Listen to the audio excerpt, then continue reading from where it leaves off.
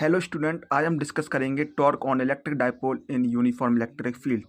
सबसे पहले मैं आपको टॉर्क का एक बेसिक आइडिया दे देता हूँ। टॉर्क एक तरीके का फोर्स है, बेसिकली ऐसा फोर्स जिसकी वजह से रोटेशन आ जाए। साइंस की लैंग्वेज में इस जैसे सेम टू सेम टर्म होते हैं, जैसे कि angular momentum, angular velocity, angular displacement. Same इसी जैसा है हमारा कुछ टॉर्क। अब आ जाते हैं डेफिनेशन पर। When two equal and opposite force which do not have same line of action, then it will rotate on its own axis. अब एक एग्जांपल से समझ लेते हैं। तो ये मेरे पास एक पेन है जिस पे मैं एक फोर्स लगा रहा हूँ इस डायरेक्शन में, एंड एक फोर्स लगा रहा हूँ इसकी अपोजिट डायरेक्शन में, लेकिन फिर भी ये रोटेट नहीं कर रहा। इसका क्या मतलब है कि ये कंसेप्ट हमारा काम नहीं कर रहा है? ऐसा बिल्कुल भी नहीं है। डेफिनेशन में सिंपली मेंशन है लाइन ऑफ एक्शन हमारा डिफरेंट होना चाहिए।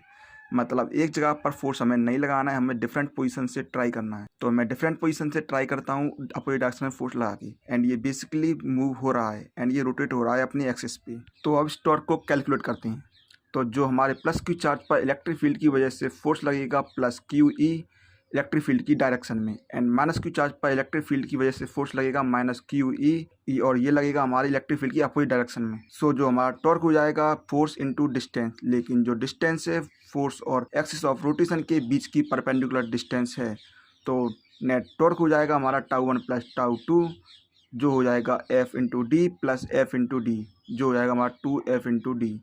तो फोर्स की वैल्यू तो कितनी है, क्यू ई, एंड डी की वैल्यू हम इस ट्राइंगल से निकाल लेंगे। साइन थीटा होता है हमारा परपेंडिकुलर अपॉन हाइपोटेन्यूस।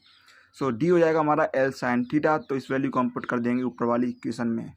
तो फाइनल टॉर्क हो जाएगा हमारा 2QEL साइन थीटा, एंड हम ये पहले से पढ़ चुके हैं। डाइपोल मूवमेंट होता है हमारा 2Q इंटू 2L। तो इस वाली को हम ऊपर वाली इक्वेशन में पुट कर देंगे। तो टॉर्क हो जाएगा हमारा P E sine theta, and अगर हम इसे वेक्टर फॉर्म में लिखें तो टाउ वेक्टर हो जाएगा हमारा P vector cross E vector. And अब इसमें दो स्पेशल केस रह गए हैं, उन्हें भी डिस्कस कर लेते हैं इसी के साथ। तो केस नंबर 1 है टॉर्क मैक्सिमम कब होगा। We know that torque is equal to p E sine theta. Torque maximum के लिए साइन थीटा को मैक्सिमम होना पड़ेगा। तो साइन थीटा की मैक्सिमम वैल्यू होती है 90 डिग्री पे एंड 270 डिग्री पर। एंड केस नंबर 2 है टॉर्क मिनिमम कब होगा। We know that torque is equal to p E sine theta, and p E sine theta minimum होना पड़ेगा टॉर्क को मिनिमम होने के लिए। तो साइन थीटा मिनिमम होता है थीटा इज इक्वल टू 0 पे and theta is equal to 180 पे। I hope you understand this topic and please give feedback of lecture in comments box and like the video and subscribe the channel if you are new.